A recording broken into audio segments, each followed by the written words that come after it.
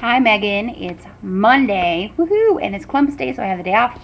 Yeehaw. I loved your video, if not for the fact that every single video that we do, we realize we're more and more alike. It's frightening. Down to the fact that you have a dog named Max, and I have a dog named Max.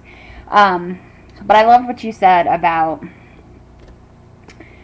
feeling like people don't respect you the right way or don't treat you, or you always feel like that second best, and I totally get that. And that's a big holdover from my childhood and my relationship with my mom, and I'll go into that another time, but totally. And I feel like I've gotten better about that kind of thing since I've been older and worrying about that kind of thing, but it's still hard sometimes, and especially when you invest a lot in somebody and you just don't get it back, it's so hard.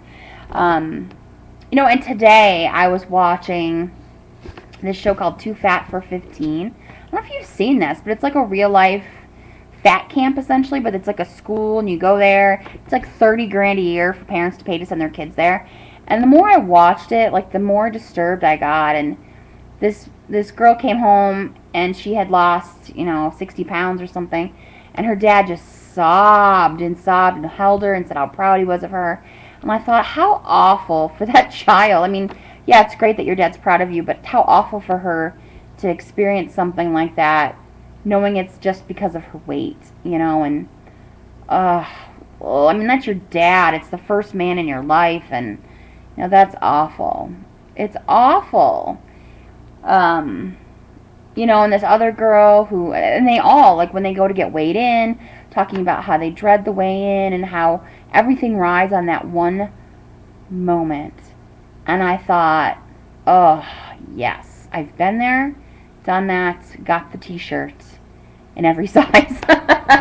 But that's where I kind of felt like I had come a long way, because I am no longer, I don't want to get on a scale, but it's mostly because I don't want to tie my happiness to that. And I've spent many years where all I could think about was that freaking number that's going to pop up on that scale. And if I step onto the scale a little more gingerly, somehow the scale will pay me off by being a lot less. Or, I've let it wreck my life in a lot of ways. I lost a lot of time and a lot of emotional energy to that damn scale. And I don't want to be there anymore. I want to feel great. I want to feel healthy. I want to feel, like I'm using my body the way it's meant to be used. And, I want to feel all those great things, but I don't want to be about that number. And I felt good about that, but so sad for these kids knowing that the cycle continues.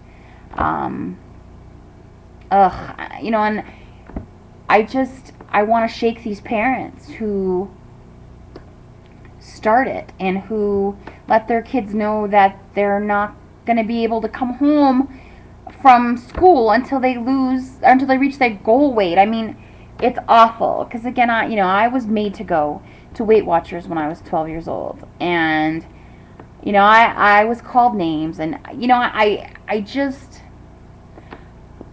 I'm finally at a place in my life where I know that I am more than that number, and not just the number of the scale, but I'm more than that number on my pants, and I'm more than that tag, the size that's on the back of my shirt, and I'm more than that. I know that, and that's what I cling to, and I'm thankful for. But I just hate to see that there are still people going through that, and these kids, and just knowing what's ahead of them. So if anybody, out there has kids or has nieces and nephews, just be a positive light and praise them for things that are internal and not external, and just love those kids to bits, no matter what they look like or what sexual orientation they are, or where you may think you want them to head. Let them head where they feel led. And that's all I'm going to say about that. I was just so angry about that, and I just feel like